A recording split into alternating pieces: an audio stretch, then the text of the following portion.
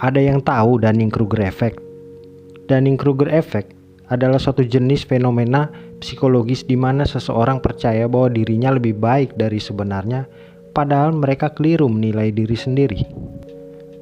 Teori Dunning-Kruger Effect ini dikembangkan oleh David Dunning dan Justin Kruger di tahun 1999, dua orang profesor psikologi dari Cornell University. Dunning dan Kruger tertarik mempelajari kasus MacArthur Wheeler, seorang pria yang merampok dua bank yang ketika melakukan aksinya merampok bank, MacArthur Wheeler menutupi wajahnya dengan air perasan jeruk. Dan yakin banget kalau wajahnya nggak bakalan terekam kamera CCTV. Jadi bayangin ya, kalau orang merampok dengan menggunakan topeng atau muka yang dicat ala Rambo, itu udah nggak kepake sama MacArthur Wheeler ini. Mungkin menurut dia merampok dengan menggunakan topeng atau cat ala Rambo itu di pikiran MacArthur Wheeler adalah mainstream banget. Nah, ciri-ciri orang yang mengalami Dunning-Kruger Effect ini adalah cenderung berlebihan menilai kompetensi diri sendiri. Kemudian dia tidak mampu mengenali ketidakcakapannya dan aspek buruk yang ditimbulkan daripadanya. Kemudian dia juga tidak mampu mengakui kekurangan diri sendiri. Zaman saya SMP dulu, saya pikir suara saya lah yang paling bagus. Sampai akhirnya saya nyanyi sambil direkam pakai tape recorder, dan waktu saya putar kembali saya sampai takut sendiri mendengarnya. Pada dasarnya banyak dari kita mengalami Dunning-Kruger Effect ini. Kalau kita baca Kamus Bahasa Indonesia, arti kata baik adalah tidak jahat, terhormat, tidak ada celahnya, dan sebagainya. Dalam bahasa Inggris, arti kata good adalah morally right or excellence, yang artinya benar secara moral atau unggul secara moral. Saudara-saudara, banyak dari kita merasa diri sebagai orang baik. Itu karena kita mengukur kebaikan dengan standar dunia ini. Tapi yang jadi pertanyaan adalah, apakah kita orang baik menurut standar Allah? Untuk mengetesnya kita perlu melihat dalam mikroskop 10 perintah Allah. Hukum pertama adalah, akulah Tuhan, jangan ada padamu Allah lain di hadapanku. Ini berarti Tuhan harus ditempatkan pada posisi pertama di dalam hati kita.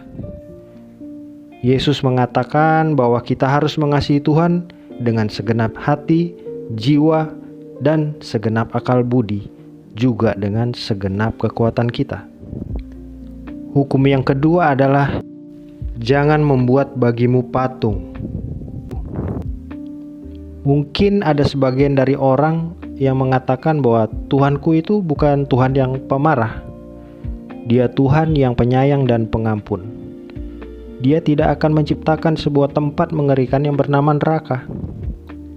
Kalau itu yang saudara katakan, maka saya jawab, betul. Tuhanmu tidak akan menciptakan neraka, karena dia memang tidak bisa.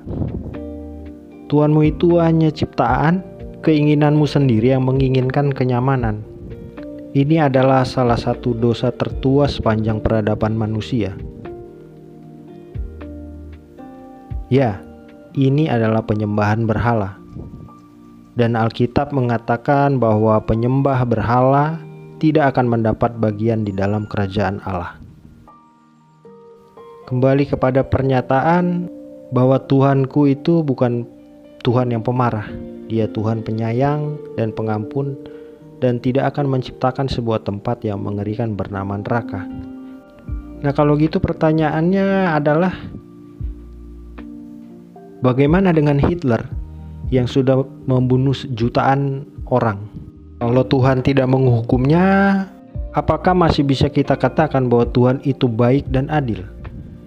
Kalau kita membaca sejarah Hitler, Dan bagaimana dia membunuhi orang-orang Yahudi sampai jutaan jiwa.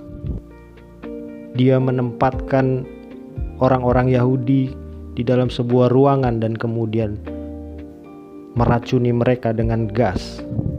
Tentunya orang waras manapun akan geram melihatnya.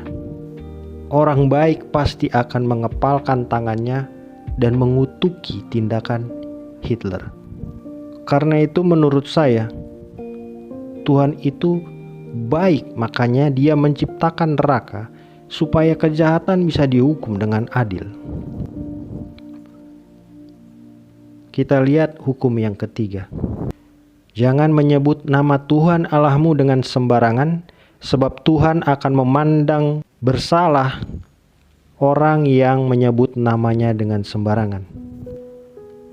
Pernahkah saudara menggunakan nama Tuhan dengan menyematkan atau menyandingkan namanya dalam kata-kata kotor yang keluar dari mulut kita? Sadarkah Anda bahwa saudara telah menggunakan namanya yang maha tinggi dan maha kudus, nama di atas segala nama, ke level terendah untuk mengekspresikan kemarahan, kejengkelan, dan kejijian kita terhadap sesuatu atau seseorang? Kalau saya boleh bertanya, apakah pernah menyandingkan nama orang tua Anda ke dalam kata-kata gosip atau kata-kata kotor untuk mengekspresikan kejengkelan atau kejijian kita? Pastinya tidak. Karena satu alasan, bahwa kita menghormati orang tua kita yang telah melahirkan kita. Apalagi kita menyandingkan nama Tuhan dalam ekspresi kejengkelan dan kejijian kita. Alkitab menyebutnya dengan dosa menghujat. Dan Tuhan akan memandang bersalah orang yang menyebut namanya dengan sembarangan. Kita lihat hukum keempat. Ingat dan kuduskanlah hari Sabat. Tidakkah pantas kita berikan waktu 1 hari dari 7 hari yang ada untuk Tuhan, untuk mengucap syukur kepadanya? Hukum yang kelima. Hormatilah ayahmu dan ibumu supaya lanjut umurmu di tanah yang diberikan Tuhan Allahmu kepadamu. Saya percaya kita semua pernah jadi remaja. Dan sebagai remaja kita seringkali memiliki jiwa yang memberontak. Dan menjadi remaja pemberontak tentunya akan menyakiti hati orang tua kita dengan sikap dan tingkah laku kita. Hukum ketujuh, jangan berzina. Yesus bahkan menetapkan suatu standar yang lebih tinggi lagi, bahwa ketika kita memandang lawan jenis kita dan menginginkannya, maka pada dasarnya sudah berzina dengannya di dalam hati. Pernah mencuri? Pernah berbohong? Jika kita katakan ya, maka berdasarkan pengakuan kita sendiri, kita semua adalah pencuri dan penipu. Dan Alkitab mengatakan bahwa pencuri dan penipu akan mendapat bagian dalam lautan api yang bernyala-nyala. Dan hukum yang terakhir yang menjadi paku penutup bagi peti mati kita adalah jangan mengingini. Saudara, siapa yang berani mengatakan tidak pernah menginginkan sesuatu yang menjadi milik orang lain? Jadi itu semua adalah hukum moral yang menjadi standar penghakiman Allah pada hari penghakiman nanti. Seluruh hukum itu tertulis di dalam hati kita, dan pada hari penghakiman nanti kita semua akan bungkam tanpa pembenaran, karena Tuhan sudah menuliskannya dalam hati nurani untuk mengetahui bahwa menipu, mencuri, berzina, menyebut namanya dengan sembarangan adalah tindakan yang salah. Saudaraku, perlu kita ketahui bahwa saya tidak sedang menghakimi siapapun, karena pada dasarnya saya juga sama dengan Anda dan seisi dunia ini bahkan.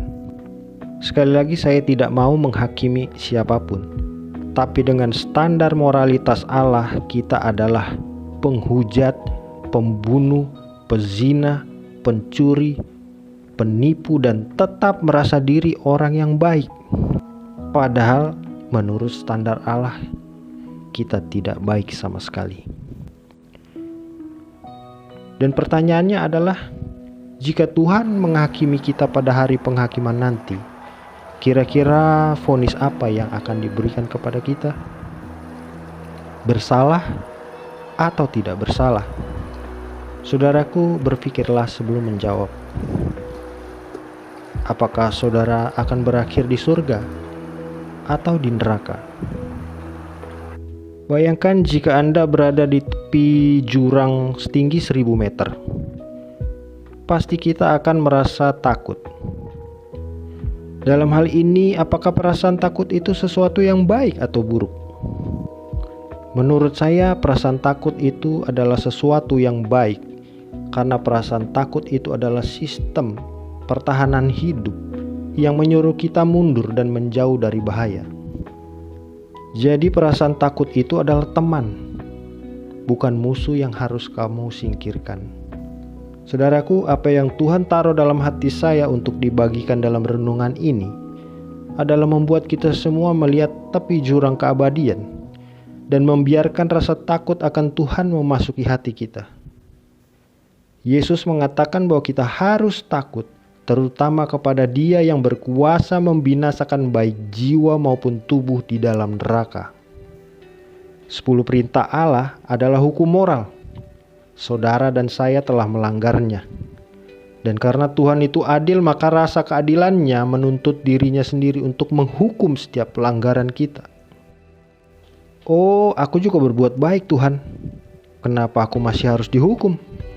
Mungkin ada yang bertanya seperti itu.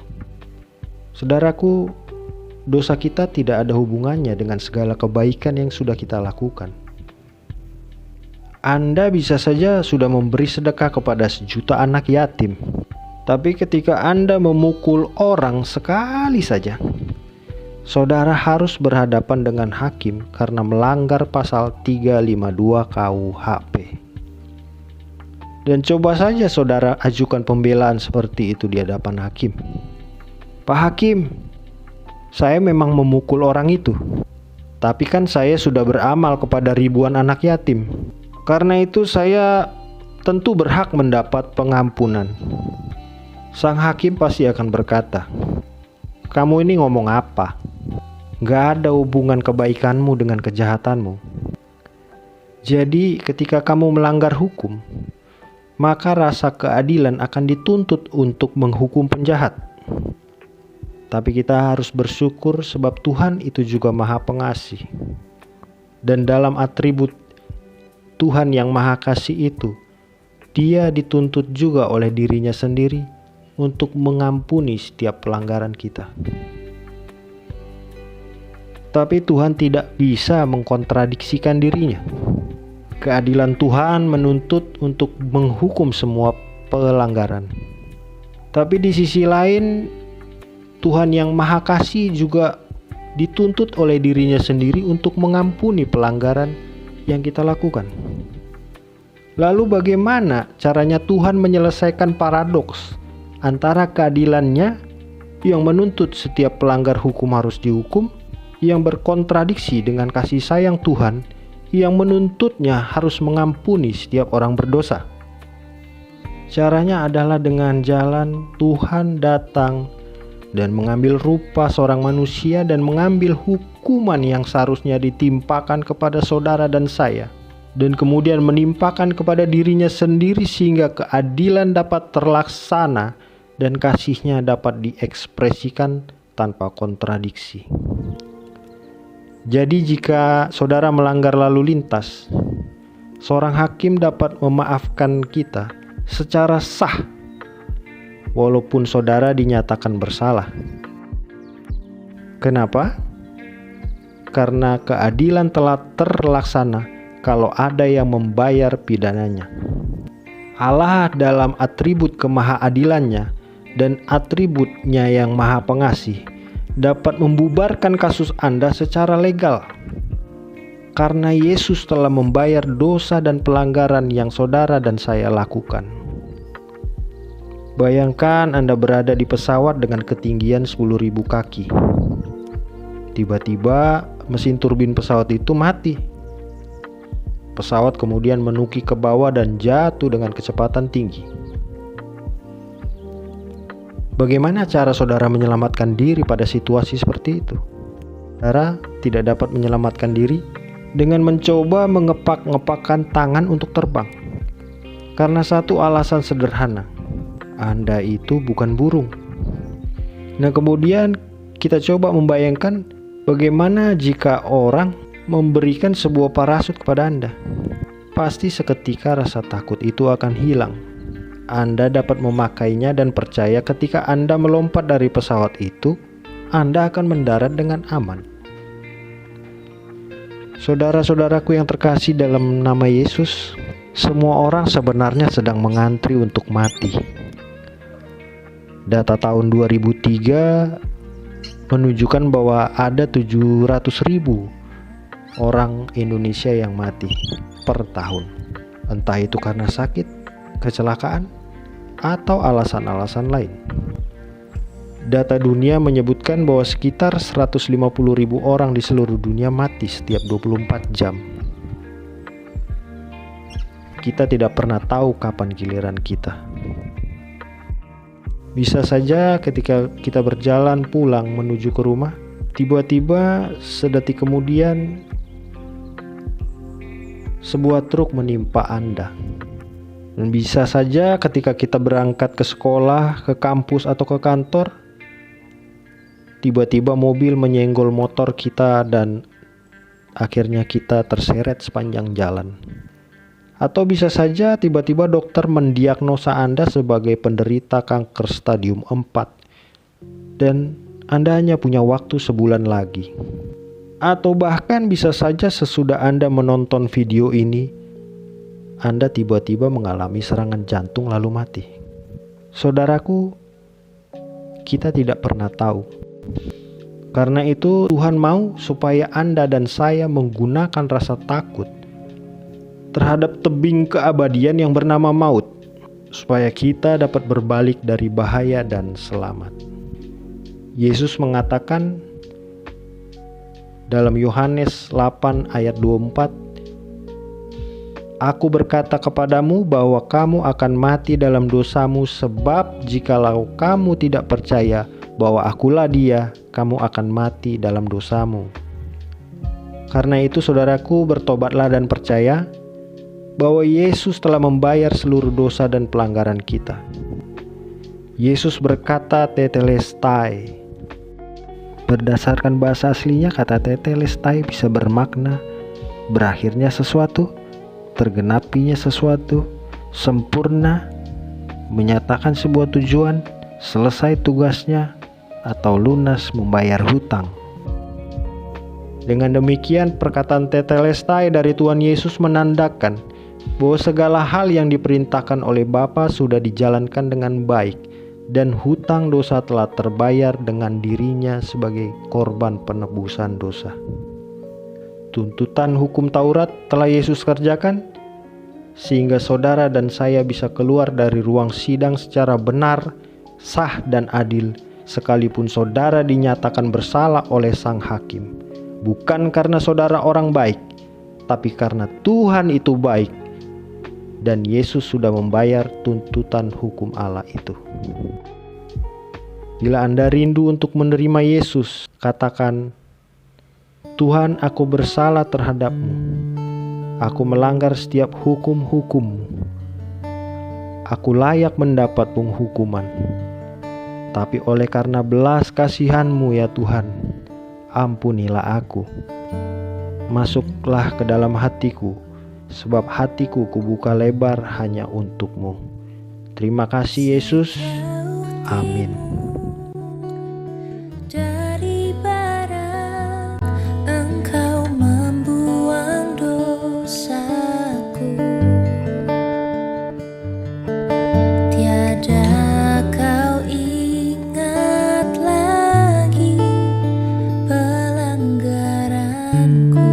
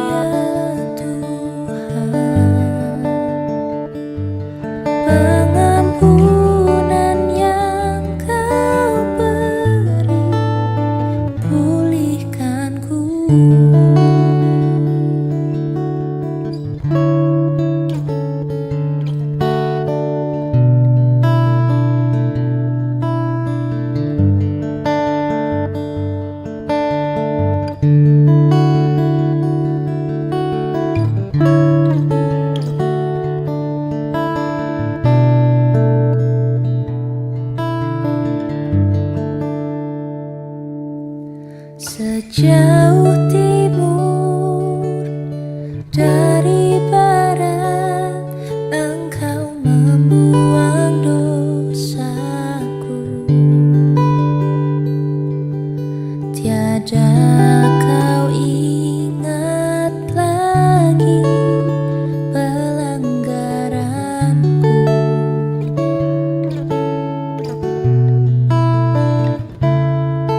Jauh ke dalam tepi laut, Kau melemparkan dosaku. Tiada kau perhitungkan kesalahanku. Betapa besar kasih pengampunanmu, Tuhan. Tak kau pandang hina hati yang hancur.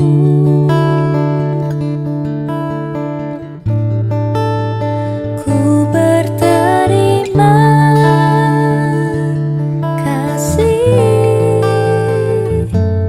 kepadamu ya Tuhan. Pengampunan yang Kau beri, pulihkanku.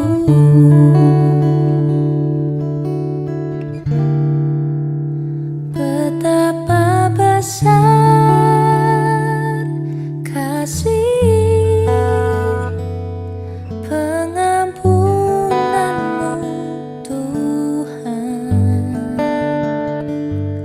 Tak kau pandang hina hati yang hancur.